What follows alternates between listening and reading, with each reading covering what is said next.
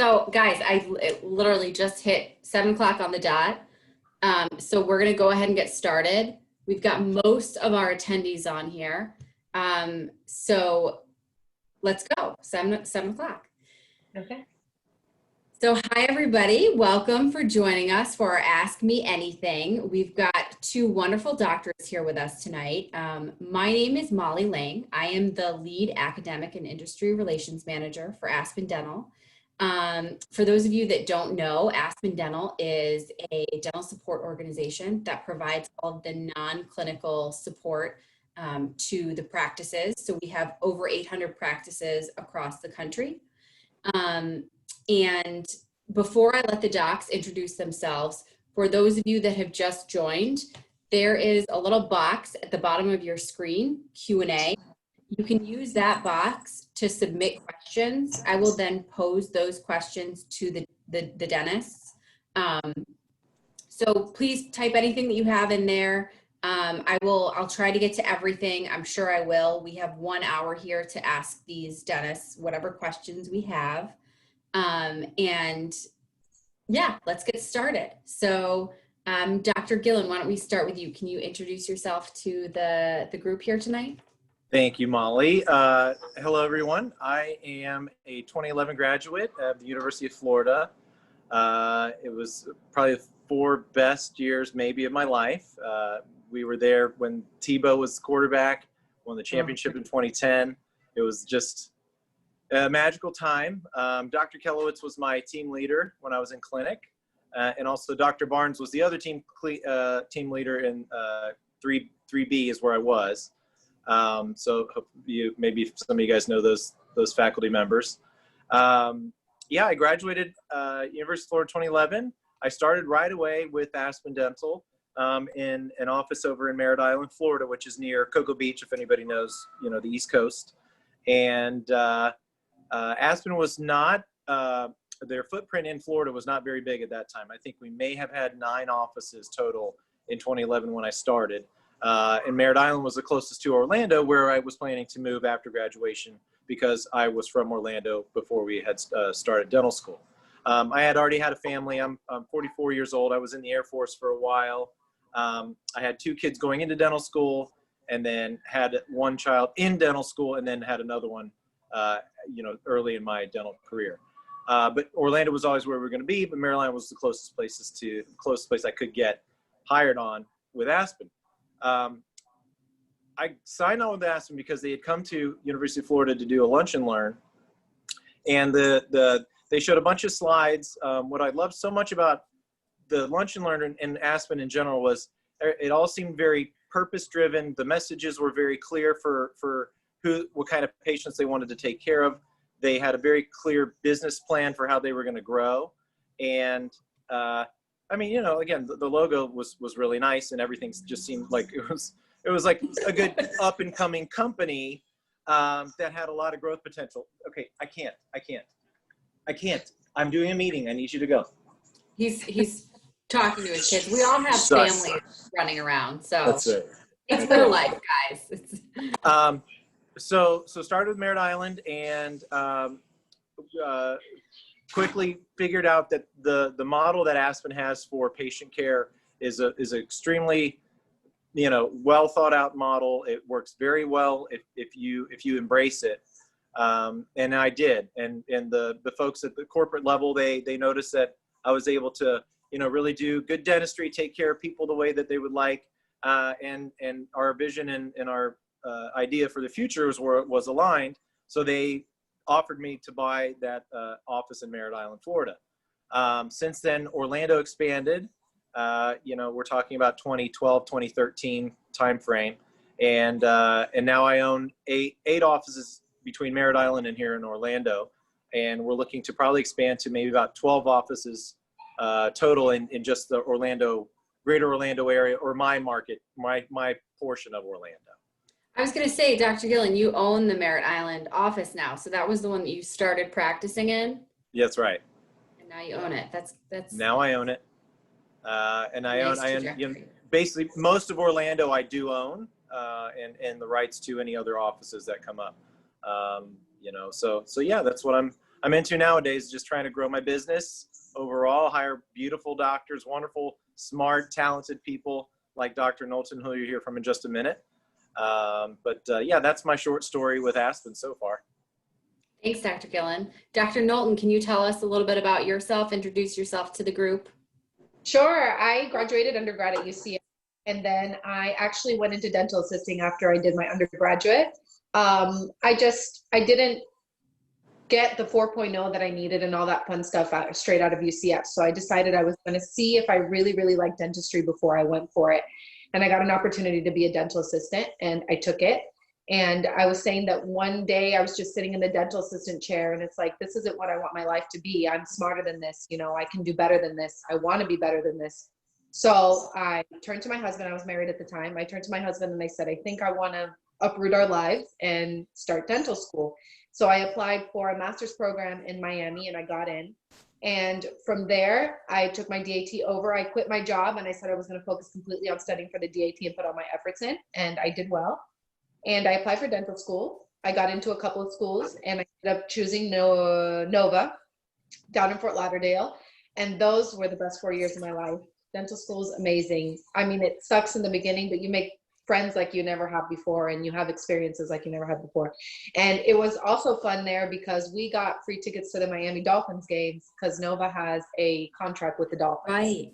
So we got football games, including the Miracle in Miami game, which I was there for, which is the one where they did the backwards touchdown passes. I don't know if you guys watched that game, but anybody who watched that game, it was incredible being there. Anyways, the point is we had amazing times. And now I decided, I had worked for corporate when I was a dental assistant, so I knew what I was getting into. And I knew if I wasn't going to specialize, that I was going to go into corporate, because I know that you have a good support system through corporate. You always have someone to turn to whenever you have questions. And I feel like if someone doesn't know something, they'll always direct you in the right direction. And through private practices, and even through speaking with my friends now who are going the private practice route, they sometimes feel like they're not getting enough information, especially since when you become a dentist, you now have to incorporate the business side of things. And if you don't have a good mentor or a good doctor that knows about the business side, then you're kind of not learning what it really is to be a dentist in this day and age, I feel, because you have to wear multiple hats. And I feel that a DSO like Aspen really helps you learn how to change those hats efficiently and correctly. And especially because they have, I mean, Dr. Gillan opens up spreadsheets upon spreadsheets to show you how to improve, how to be better, where it needs improvement. There's so many checks and balances that I don't think I would have had the opportunity to learn about if I would have gone into private practice and had the really good guidance that I get from him. So that's great. That, Dr. Knowlton, that actually leads into one of the questions that the students have asked tonight. Can you walk us through this mentorship? Mentorship is very important for a new graduate out of dental school. We want to make sure that, you know, they feel confident coming out that they're going to have someone to walk them through it. So can you tell us a little bit about what your experience has been, Dr. Knowlton? I will. So my experience in dental school, I was always in a group that the leaders were very standoffish, a more learn on your own kind of situation. And I feel that I've been very blessed with the fact that Dr. Gillan is very perceptive in how I learn. And he has been very good at telling me what I need to do and allowing me to do it. But I have my other fellow, I actually am working with a classmate of mine too, and I see that he needs more, you know, one-on-one attention, and Dr. Gillan is willing to be there in the room with him and help him.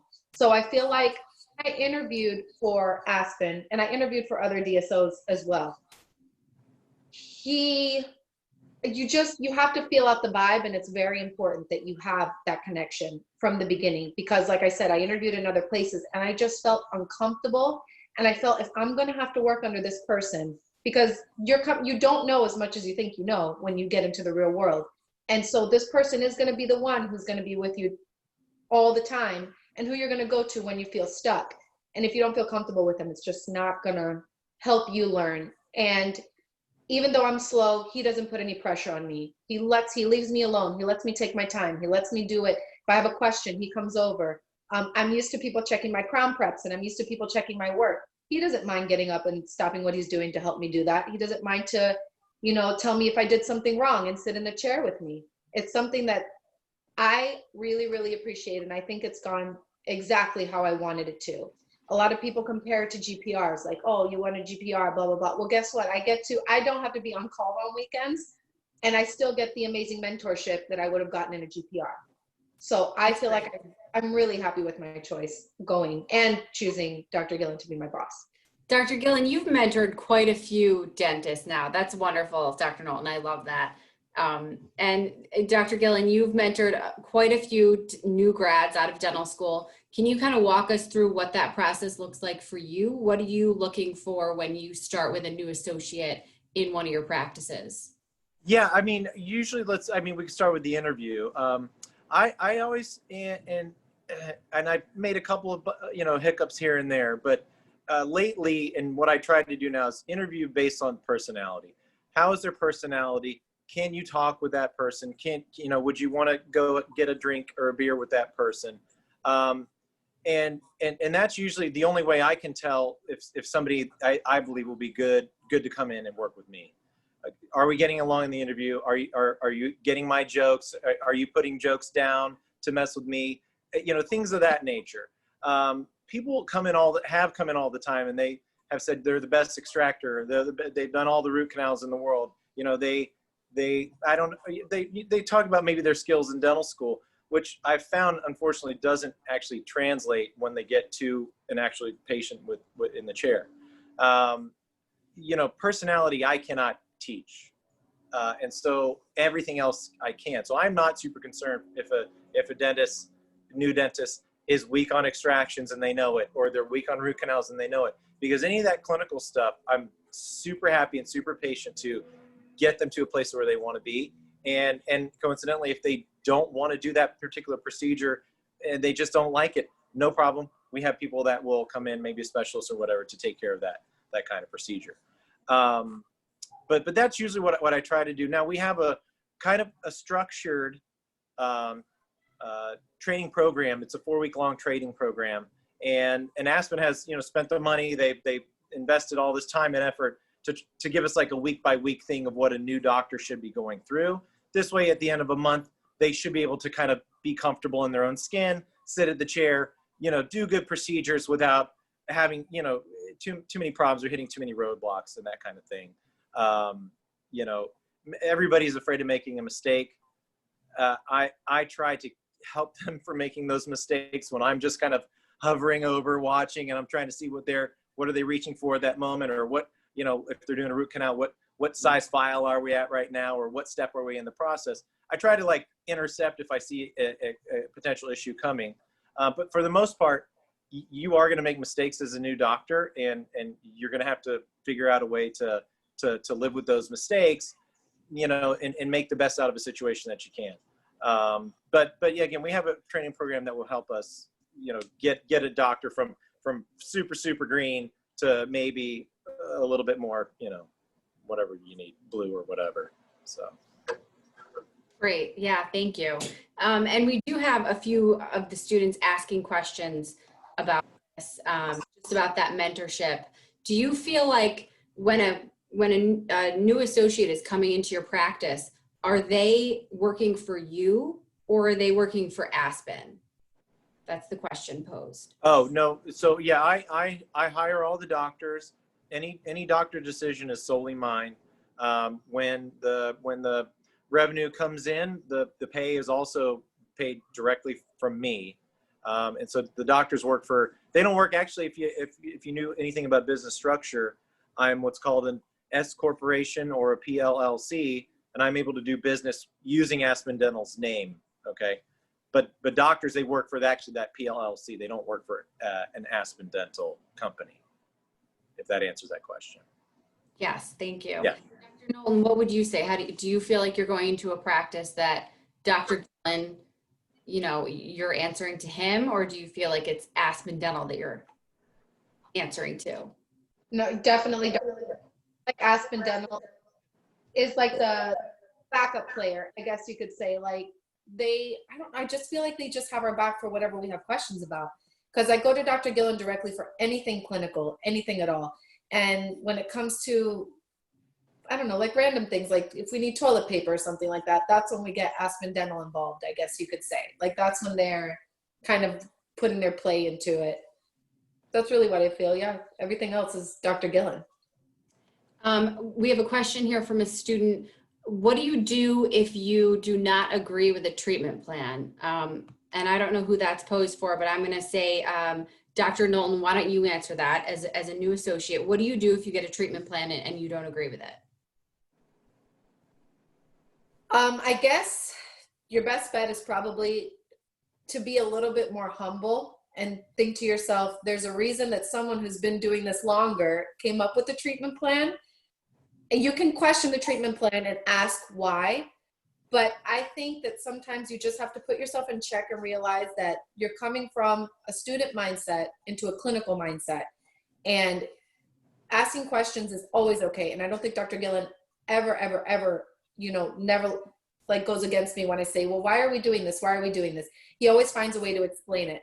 But you always have to be able to be flexible. There is no, well, I did this in dental school and this is the right way type mentality, because that's not it. That's not true. This man in front of you, Dr. Gillan, is a very successful dentist, and there's a reason for it. There's a reason he does his treatment plans that way. You need to learn, find your own way if you want, but also be open to change. Because I do get what they're saying in that question. Coming from dental school, you're so taught and you're in specific ways on how to do specific things and how one thing isn't right and one thing is another. And he's even said it a couple times. He's like, well, that's the noble way. You have to learn the different way of doing it. So I think you just have to keep an open mind on treatment plans and work and things like that. Dr. Gillan. Yep. Sorry. Go ahead, Dr. No. Dr. Gillan, do you want to add to that? Do you have any thoughts on?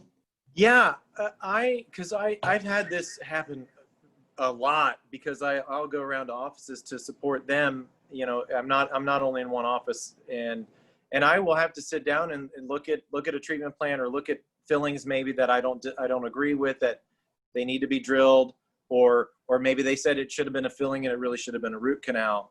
And when something like that, if you don't agree with the treatment plan, two things you could do. You could calmly explain to the patient the way you see what's going on in front of you, while never diminishing the person that had planned it initially's idea. Because I have said this several times to a bunch of people. I don't think anybody that's a dentist is purposely making a bad decision for a patient. I don't believe that they are trying to say, I'm going to make this decision because I don't care. You see what I'm saying? They never do that. Whatever was going on in their mind at that time was the right thing to do for them at that time. So you can't discount it. You can't say they were a bad dentist. You can't say they were crazy or aggressive or whatever. It just, to them, that was the right thing to do.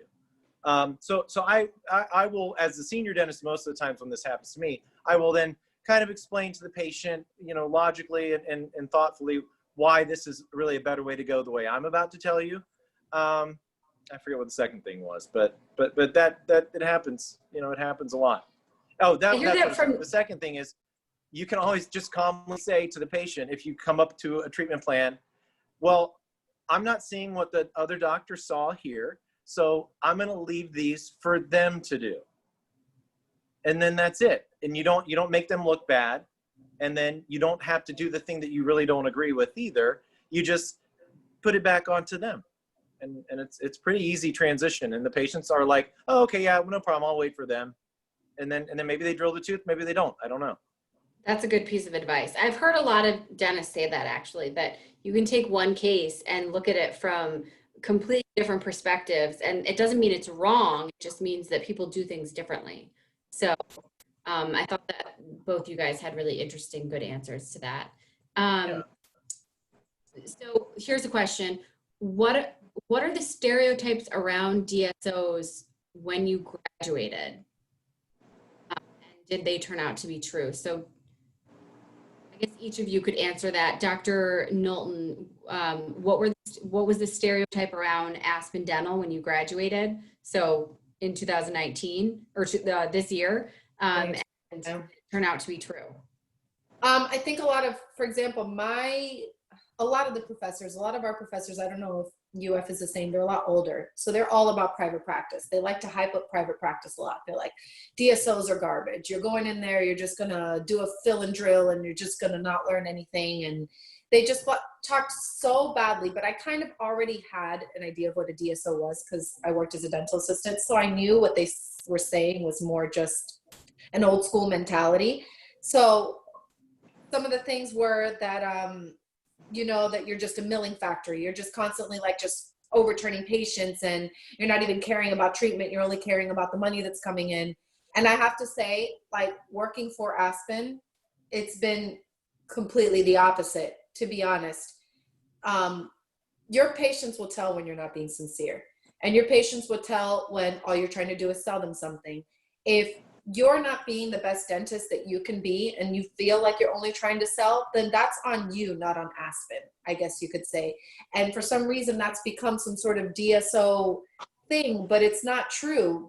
I'm a dentist who cares a lot about my patients and I want to do the right thing for them. I'm not trying to sell them anything. And I work for Aspen, you know? So I kind of take it like, don't listen to rumors and what people say. Know that you're a good person and a good dentist that's going to work for a company that you're going to really strive to do well in, and you know, just do the right thing. And I think that's going to be what's going to set you apart. Yeah, and Dr. Gillan, I mean, as a practice owner, what are your thoughts on that topic? Yeah, so DSOs, and it was called corporate dentistry when I did graduate. DSO kind of evolved to make it, I think, sound a little more palatable to maybe dental students or something. Yeah, they had a terrible stigma overall, you know, like Dr. Knowlton said, just, you know, we're all about the money. You know, if a tooth went over 3 surfaces for a filling, you were to make it a crown. You know, it wasn't a do what's right for the patient mentality. It was a do what's right for the business mentality. And so a lot of clinical decisions could have been going on at that time when I graduated in 2011 to give, you know, that kind of a bad reputation to the DSO or the corporate dentistry. I can't say, you know, I kind of started with Aspen, and Aspen is very much just a support organization. They do not tell you how to operate or do clinical things. They give you, I don't know, they give you good deals on certain materials. They give you good CEs that are free. But all of these things, you just take what you want and then you go into practice. But there's nobody there in the office telling, that's a suit person, telling anybody in Aspen Dental, like, you know, even if they're not owned or not, like how many crowns they need to be doing this month, or, you know, we're not selling enough dentures or whatever. That is not happening. But what I do know is that when I started, I wanted to try to fix that stigma for the greater good. And if Dr. Knowlton can attest to this, when I try to get all my doctors to just do the best job they can do, I don't care if the crown is only you're making $250 off that crown, or we're making $300 off of that denture. Make the best damn denture you can make. Okay. Don't cut corners. And I have been fighting that battle for the last 10 years. And you know, like I said, Dr. Knowlton can attest, we do damn good dentistry. We do good work, even if sometimes you're not getting reimbursed like when maybe somebody in private practice would be. So. And you guys have fun while you're doing it, it sounds like. We have fun. We have fun dentistry. We definitely have. Both of you must have friends that are in private practice or that own their own practices. I mean, is there any difference between the quality of care that you're giving your patients versus what another practice owner else is giving their patients or providing their patients? You're seeing the same type of patients. It's same cases. The quality of care is. Yeah, quality care is paramount. It's do the right thing for the patient, and any revenue or goals or money that you're after will come. And that's been our mantra for a long time. I did get a question here, Dr. Gillan, about your ownership. So they want to know how you've grown from 5 practices. Did you say 5 practices at the beginning? No, 8. 8. Okay. Yeah. From 8. 8 practices. How have you grown to 8 practices? So yeah, I mean, it was nose to the grindstone, a lot of blood, sweat, and tears, of course, at the beginning. But as you add offices to your ownership, you know, you have to hire doctors that are going to be in an office to help support you and run that office, you know, when you're not there, where you may be supporting another office. And just, I've gotten, you know, lucky. I've hired good doctors. I have a lot of doctors that have been with me for, you know, 4 and 5 years. And, you know, I made one of them a partner in Altamont. So she is technically an owner of her office in with Aspen Dental, you know, under my ownership. And so What does that partnership look like if you have a partner in an office? Yeah, so they buy in just like I bought the office. They do buy a chunk of that office, and you know, percentages can be you know agreed to or figured out. But at the end of the month, you know, because we're both doctors, we're both legally allowed to share profit in that office, and so she bought an ownership stake in that office, and we're able to split profits at the end of each month like that. So now when you own 8 practices, do you have to be in every single one of those practices, or is that the idea behind the partnership? That kind of is the idea behind the partnership, is that I don't necessarily need to go to her office now because she's got the technical skills to do implants. She's got the great culture that she creates in the office. You know, her revenue goals and her numbers are really good. I will go there, but I don't necessarily need to go there, and that's why the benefit of having a partner is. So yeah, it takes a little bit off my plate trying to deal with the other 7. But again, Aspen, the field support team and the support organization behind the name of Aspen is tremendous, and you know they can keep offices running without my input or you know, not input, but my presence in those offices for weeks at a time. And they, you know, and the doctors are happy, the patients are being treated well, and the office teams are happy. So it's how I'm able to own 8 offices, is with a great support from Aspen Dental. Now, how does it look for you guys right now? So you're in a practice together. Dr. Knowlton, you're the associate. Dr. Gillan, you're the practice owner. Is there a lead dentist in there as well in the mix? So I'm acting as lead right now. Okay. Yeah. And will you stay in that practice with Dr. Knowlton until she's done with her training, or how will that look? So we're probably going to spend still a few more months together. I would like to see her grow into, you know, who I know she's going to become, which is a great MCD at this particular office that I have. The one we're at right now, you know, is a really special place. The clientele is great. The patient flow is never ending. And I built really great front office teams that can, you know, figure out a way to make it affordable for a patient to get the care that they need. And sometimes people don't have that skill. They I don't know. They just don't. I'm not going to say sell, but they can't get the patient to make that decision right now to finally take care of their mouth. And I've got two great consultors up front that get the patient to yes. And I've got great, you know, dental assistants and great lab technicians, and the office is a gem. And I am just going to spend a little more time with Dr. Knowlton to try to get her to that point where she's just ready and she feels comfortable to just be like, I got this. You can, you know, go take care of somebody else. We'll still crush it here. And Dr. Gillan used the term MCD. It's an acronym for Managing Clinical Director. So that's the lead dentist in a practice. You have associate, the MCD or lead dentist, and then the POP, the practice owner. So just to give some clarification to the attendees. Dr. Knowlton, can you kind of walk us through what a day looks like for you right now? How many patients you're seeing, what types of cases you're seeing, Maybe one of your more exciting cases? Well, every day is an excitement, honestly.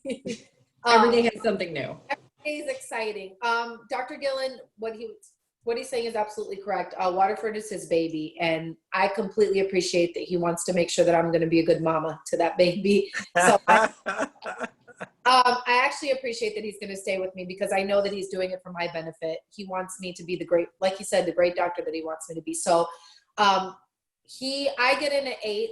He's been nice enough to kind of let me get in there, see a couple patients sometimes before he kind of jumps in there. He kind of lets me, he's given me some leash room, I think.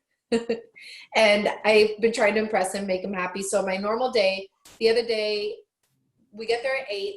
Right now with Corona, we're getting there 8 to 5. So we get there at 8. We usually have a couple of denture adjustments come in. We usually have a couple of post-ops, people who just got extractions, people who just got their denture in and stuff like that. And we see them, make sure they're doing okay. Then we have a column for production.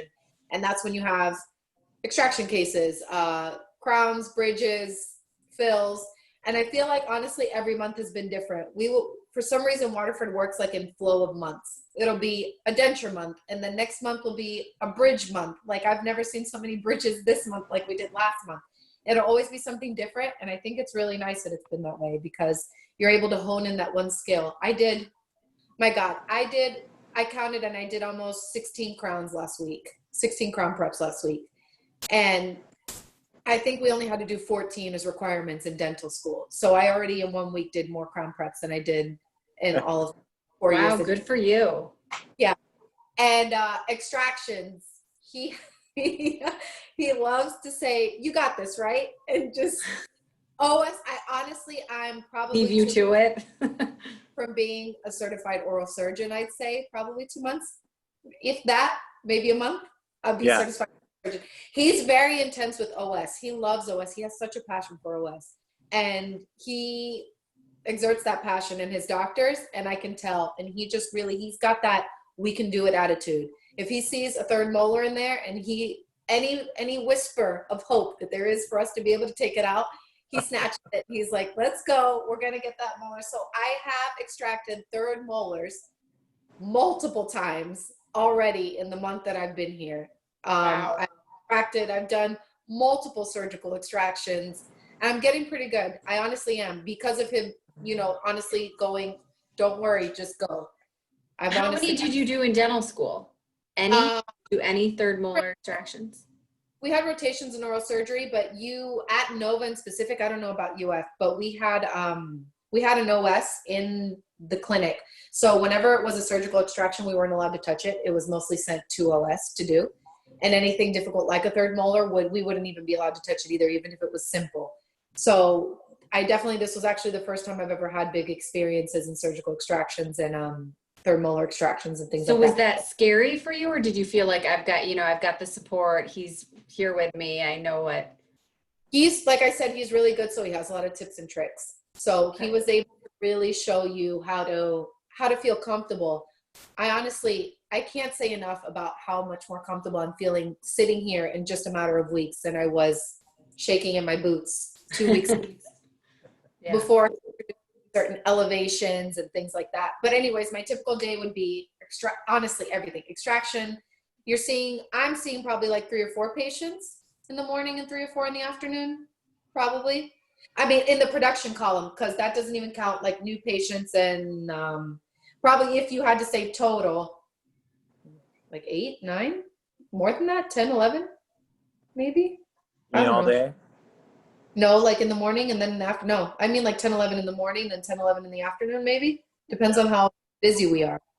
Yeah. But I got to run the office by myself the other day. So that was exciting. Mm-hmm. And Very so exciting. To kind of manage. So I would numb one person, then run to do a crown seat on another. Then I would have my dental assistant telling me that someone needs an impression, and I'd have to run over there while I was still in the middle of something else. So that was fun to juggle. Yeah, that's a good experience. You learn quickly watching other people where you need to do and what you need to be. Like you can numb someone and just leave them for a second. That's something that I learned. as opposed to having Those to little sit. tips and tricks that you mentioned earlier. They're always Yeah. cool to have someone walk you through those.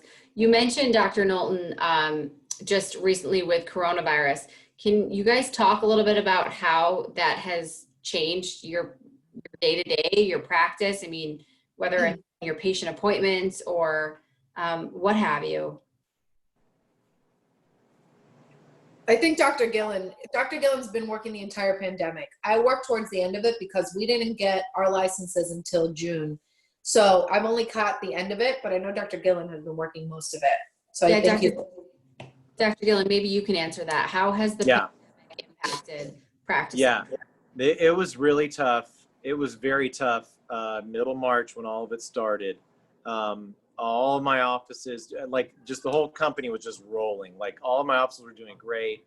And then the governor comes out with, we're mandated to do emergency palliative type of care only. And, we basically had to stop the month short. April was not dead, but it was definitely not usually what it is. I had to close all but 2 of my offices and basically furlough about eight doctors and about 45 to 50 dental assistants and front office staff and all of that. So it was very challenging at that time. We didn't know a lot about it. There were no N95 masks to be had. We were running out of gloves. We were running out of any kind of PPE. Like in the early April, late March, early April time frame. How many patients were you seeing at this time? So funny enough, as offices around me closed, Aspen Dental was able to stay open at my Waterford Lakes location, and then, like I said, in one of my other locations. So all calls to Aspen for the Orlando market were funneled to my particular office. So we stayed pretty busy throughout the day. I also we gained a whole lot of patients that already had their own private practice dentist or whatever, but they had to close. Well, tooth pain does not care about a pandemic, people. I don't know if you knew this or not. And we were getting calls left and right for people that were like, oh my God, they told me I needed a root canal a month ago. It's blown up now. I need to be seen. And they were coming in droves. My root canal specialist, my endodontist, man, I'm not going to say he made more money than he ever made in his life, but he did more root canals, I think, in that 6 to 8 week time frame than he'd probably ever done, like in a year. It was fun, but we started to learn more about how to protect ourselves. Then in May the restrictions were lifted for those kinds of procedures, and it hasn't really affected us too much. We're still very busy at all of the offices. But we are very diligent with taking care of ourselves and protecting our patients and protecting the team members. And so that's just kind of the world we live in right now. We're all aware that something's out there that could potentially harm us. And we just do our best job to try to, keep everybody protected. An interesting time for you to step into a new opportunity, Dr. Knowlton, your first job out of dental school, and there's a pandemic happening. So I'm sure, you guys have to be covered now. You've got all of your PPE. So are you covered every day when you see your patients? Yes, he sees me. I go in with a face shield, a mask, coat, like I'm covered head to toe. You can only see my eyes, and I have great eyes, but I also have a great face. And you're covering it now. Sometimes it's like I can't show it off. Honestly, the truth is part of dentistry is trying to connect with your patient, and it's hard to connect with a patient when you're covered from head to toe in PPE. It really is. Yeah, so I can imagine. But like Dr. Gillan said, we've been busy, and I feel like we've been pretty good. I feel like this month has definitely been more emergencies type month. Yeah, I was gonna guess that maybe like because of that, some of those patients that you didn't get to see during that time, you get kind of an influx of more patients that had emergencies because they didn't get taken care of. I felt like I said, things come in months here, and this month has been the toothache month, I think, so far. A lot of toothache month this year. So this will be an extraction month. I did just get another question, and I think Dr. Knowlton, you might be able to answer this. The question is, do you work on commission, and what is your pay rate like? No, I don't think we work on commission. I'm pretty sure we don't. I don't think so. You should have a daily rate. That's I should typically how it works. have a daily rate, and then if based off of whatever, I guess the how well the office does at the end of the month, we all kind of share in the percentage as a bonus, but not like if they're asking, you know, if I don't meet like a certain amount of crowns, I guess I don't get penalized for it. I get my daily rate, and then if we do extra well, we get a bonus. Is that kind of a good explanation, Dr. Gillan? Dr. Gillan, how does it work with pay in your office? Yeah, it works just like that. We take a percentage of what was produced in the office overall, and then any provider, doctor-wise, is able to get a percentage of that revenue. And then are paid a daily rate, but it comes out as a daily draw. Okay, so for instance, if your daily rate is, you know, 500, just to make it easy math, and we work 20 days, you'll make $10,000 that month. However, if the revenue percentage ended up being like 13,000, then you have a $3,000 bonus coming your way. We do not hold an overage of daily draw against really anybody.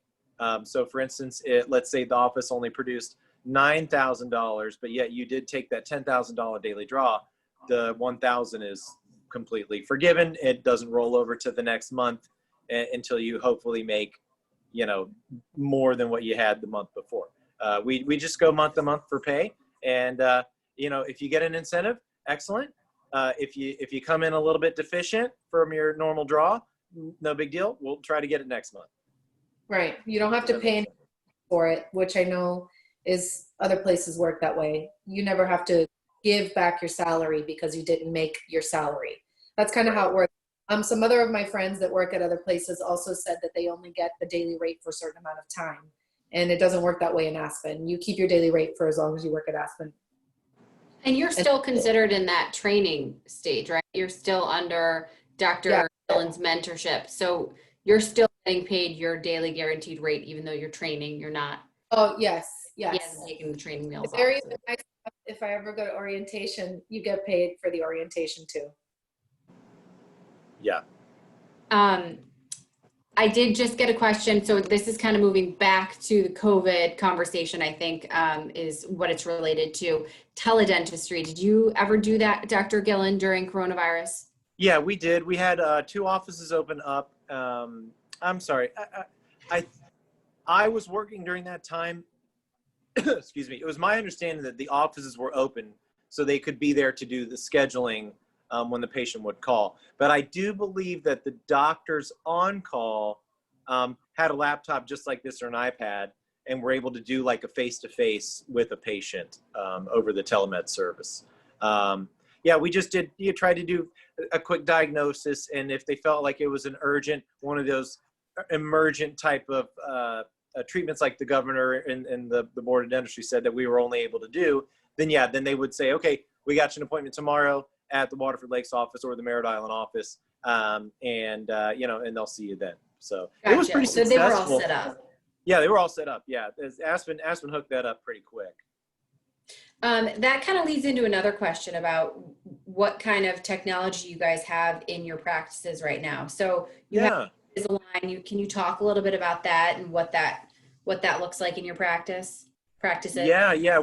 We're branded for Invisalign now. We've had a lot of fun with it. Invisalign is a ton of fun.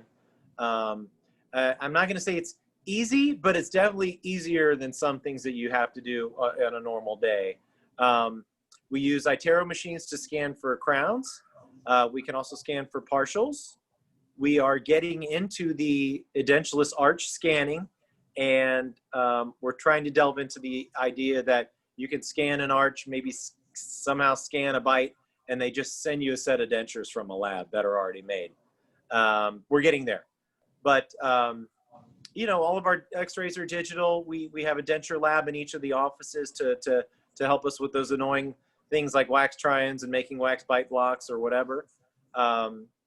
We have tried in the past making in-house crowns, and I don't believe really any office was successful in doing that. And I believe the real reason is that I believe it takes a tremendous amount of manpower to be able to have somebody come in and 3 hours later you're finally seating their crown. Where again, it just seems inefficient with the amount of demand that we have and the amount of care out there that needs to be given to people. We can't tie up a chair for 3 hours while somebody's waiting for their crown. It doesn't really work for our model. So. How has it been for you, Dr. Knowlton, working with all this, the iTero scanner and having a lab tech on site? Has that been beneficial? Yeah, it's been great. We didn't get a lot of scanning done at school. We only got certified really quickly. So now that I'm seeing it all the time, it's been really nice. And I do look forward to scanning crowns and scanning partials and all that stuff. I think it's going to be the way of the future because it's just something a little bit more convenient than having to worry about all the saliva and did they move and blah, blah, blah. So we're working towards it. I think it's going to be great. A lot of the offices are really doing a good job with it. So I think we're going to really work it. What week are you on now? How many weeks have you been with Dr. Gillan? The weeks kind of flow. I don't even know. Yeah, it feels like years to her, I'm sure. Well, you said what? You started in June? Or so you've been there for almost 2 months, and if you started July or a little bit more than 2 months then. Yes, but I started off as a dental assistant because I had to get credentialed first before I could come on as a doctor. So okay. Very beneficial, and it was very nice of Dr. Gillan to allow me to do that because I got to learn the computer, I got to learn the behind the scenes stuff, and at the same time, he was still letting me shadow him, even while I was a dental assistant. So then, in the meantime, I was getting my paperwork done and my DEA and there's a whole bunch of stuff that you have to do, which by the way is great because you have Aspen helping you do that, making sure that you stay on course with getting your stuff. And then I transitioned pretty smoothly into my doctor role. They said, okay, this will be your last week dental assisting. On Monday, you'll start being a doctor. And even Dr. Gillan was like, okay, so now you're coming with me 100%. So I want to say it's 2 or 3 weeks. I want to say, I don't know.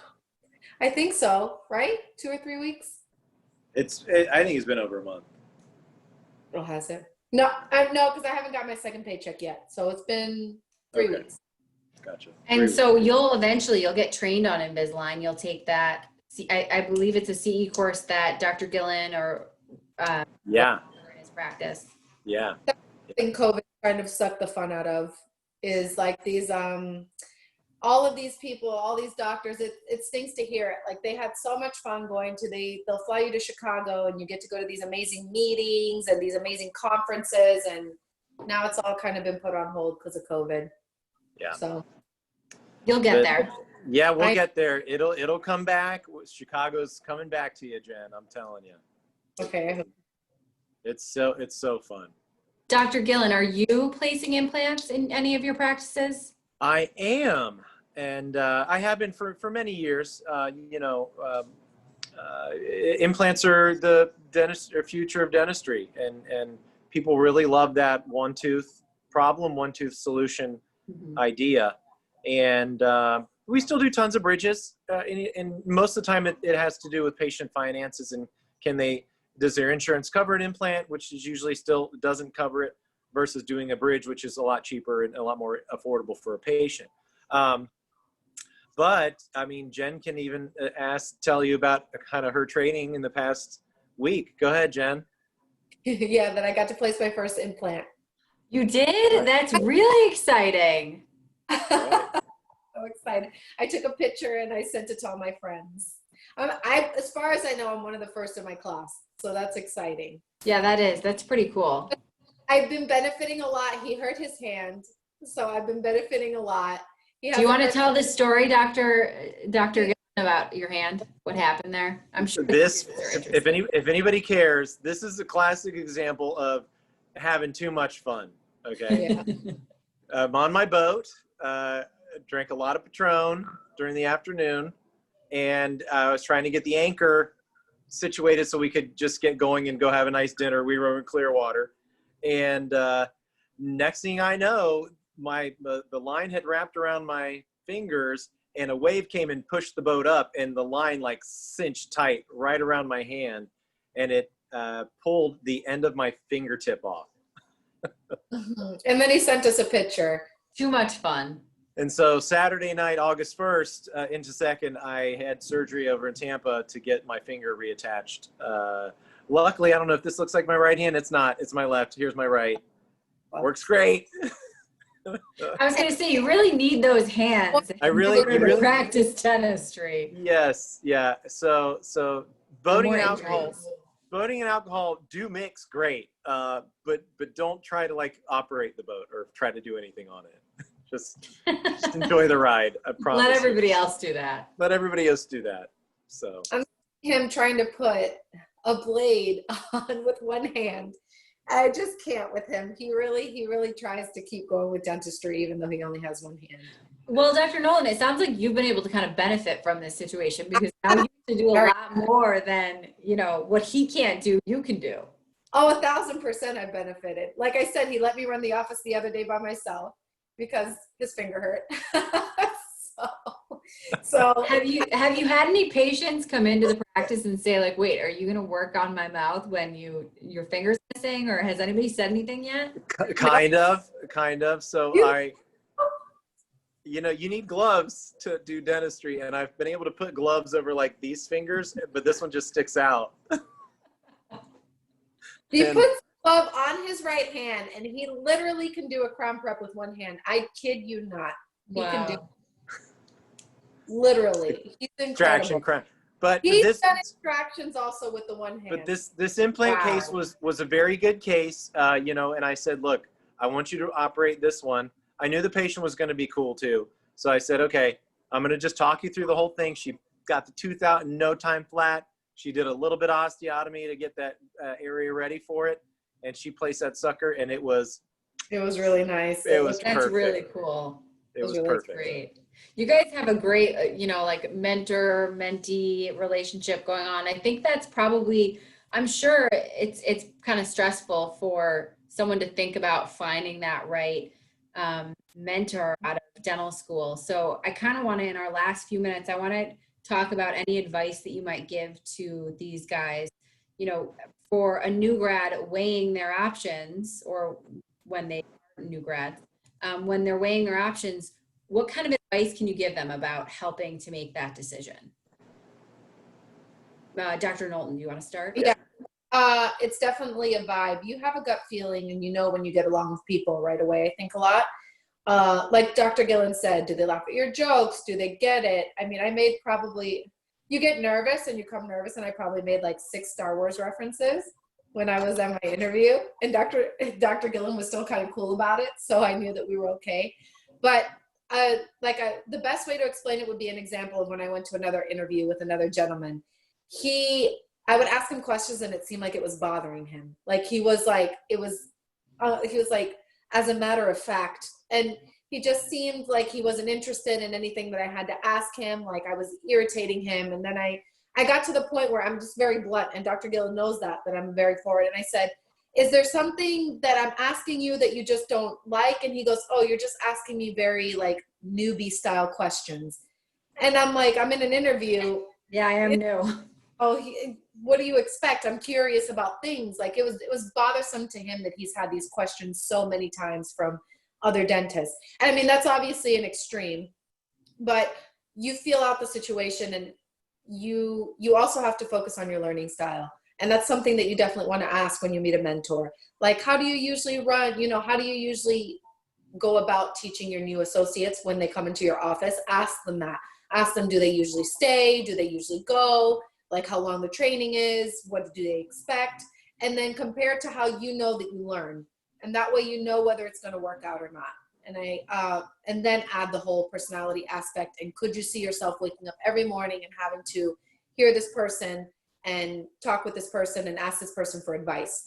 So I think that that's the best way to go about it. Go on lots of interviews. Don't be afraid to. Don't be stubborn about only private practice and nothing else. Like, I want to do these stuff, and just stay open-minded. There's nothing wrong with, feeling out your options and trying to find the right choice for you, because it's something that you're going to be doing for a long time. So, and make sure you're happy with the person you choose. That's great advice. I always tell dental students, try out on as many shadow days or interviews as you can, so you get a feel for these people. You want to meet them in person. You want to know what you're stepping into. And if you already have made a decision, it doesn't hurt to see what else is out there, just to compare it to. Definitely shadow. Yeah. Dr. Gillan, from the other side of things, what are you typically looking for when you interview a new doc to come into your practice? Yeah, I for new doctors that are even going to be mentoring with me, and I'll give Aspen a plug here. Aspen is full of good mentor doctors. I know many doctors that are out there. Their dedication to quality patient care is as strong or more powerful than mine is, and they're all over the country. So if you're looking for a good solid home, maybe to start and get your career going, Aspen is definitely a great place. But I always, even though I'm mentoring Dr. Knowlton, I've told her before, I said, look, don't just rely on me. Keep doing CE courses. Aspen has a whole Aspen Dental Learning website with thousands of videos, hour-long videos on whatever topic you want to look at. School is definitely the lily pad that you start to leap from. There's so much more information out there, and some of it's not that accurate, some of it's not that great, some of it's not going to feel good in your hands if we're talking about materials or whatever. But expose yourself to those things. Find out what you would like and what you would like to bring into your practice, because it is your practice at the end of the day. So that's my advice for new grads. Never stop learning. And it just doesn't have to happen in the office too. CE courses are very good. There are a lot of smart people out there that have figured out a lot of cool tricks and tips to make your life easier on a day-to-day that you are not being taught at school. I can promise you that. Thank you, Dr. Gillan. Have any of your associate or your dentists ever had any problems with CE courses in order to get enough to maintain their license? Has that ever been an issue? No. I mean, the Invisalign course alone is probably about 20 CEs. You do it over the course of a couple days. We have an implant course now that is like full-blown Aspen sponsored. We hired this wonderful implant guru who I've known for a while. They teach didactic stuff. We have a hands-on course in Baja, Mexico. All of that was going along great until middle March, and then everything just shit the bed. And so, but we have all these things available for new grads and new hires, people that want to just get better at this, practice of dentistry. And so I've never had a problem with the doctor not getting their CEs before, a license is about to expire or whatever that is. So no, yeah, never. That's great. That's great. And Dr. Knowlton, I'm sure you'll be on your way once things are up and running to getting all of those CE courses under your belt so that you can start doing a lot more than you already are. But it sounds like you already are doing quite a bit. I mean, you placed an implant, you're up and running. Third molars. A lot. We gotten to do a lot. Way more than ever in dental school in the past 3 weeks, that's for sure. That's great. Well, I want to end here by thanking you guys for joining us. We had quite a few attendees here tonight from both University of Florida and University of Puerto Rico. For those of you that did join us tonight, if you have any further questions for us, please feel free to reach out to me. I can direct these questions back to Dr. Gillan and Dr. Knowlton and have them answer them for you. And for those of you who are interested in shadowing in one of the practices, for now, I think that probably isn't happening, but down the road, as you get a little closer to making a decision, let's fingers crossed, we'll be able to talk a little bit more about those opportunities. Anything you guys want to add before we end the Ask Me Anything webinar tonight? I do. I want to add something real quick. One thing I do want to add is start early with your job search and be very proactive with it. I know Dr. Gillan saw me, October?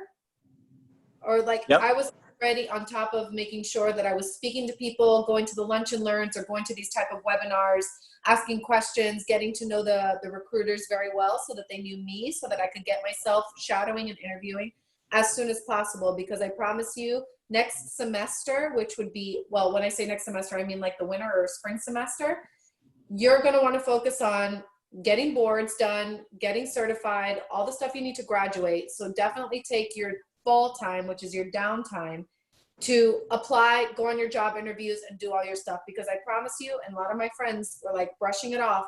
They were scrambling at the end, trying to see what slim pickings were left in the job market. And it's going to be a lot harder now, let's be honest, with COVID. So you need to be very proactive and very on top of things. Ask us. I'm here for interview tips. Dr. Gillan can be here for interview tips, like what they're looking for, you know, how you should come prepared and what type of things you want to ask and say. But you definitely want to start as soon as your fall. I would say have them by the end.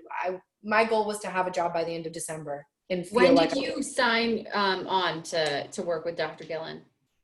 he offered me same day. So was that was it October that you went in and saw Was him? it October or very early November? Was it October? I think it was October though. Yep. By October, I had already had 2 or 3 interviews and 2 people that I had narrowed it down to. And my choice was made due to mentor at the end of the day. Yeah. That's what made my choice. Obviously, money and contracts and people telling you to get lawyers and things like that. Another thing that did make my decision was how simple the Aspen contract was versus other people's contracts. There wasn't a lot of gray areas or small print, or I found a lot of lawyer jargon, a lot of lawyer speak in a lot of these contracts. And I just was like, why is this so complicated? And will I have to get a lawyer? With Aspen, it was very straightforward. And whatever question I had, they were very straightforward with answering them. And I always had someone I could text to ask. So that was also very. And we don't have a contract limit. We don't have a time that you owe us a year contract or anything. It's just, we ask for 90 days notice if you want to leave, but after 90 days, that's it. Yeah. And there's no non-compete. And there's So no non-compete, exactly. if it doesn't work out, you're more than welcome to go and practice for the guy or gal next door. Yeah. And we do that because we're fairly confident that once you get into the office and you start to feel the vibe of the company and what our vision and our values are, you'll probably end up staying.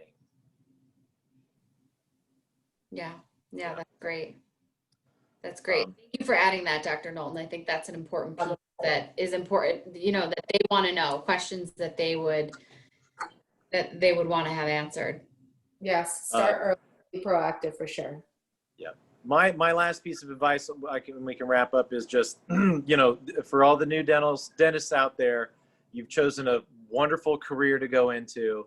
Every day is something new and different. And just when you've thought you've seen it all, like I feel like I do sometimes, something crazy happens again. And, you know, it's just a wonderful thing to be a part of. You know, you take care of people for a living. And that's rewarding enough as it is sometimes, to be honest with you.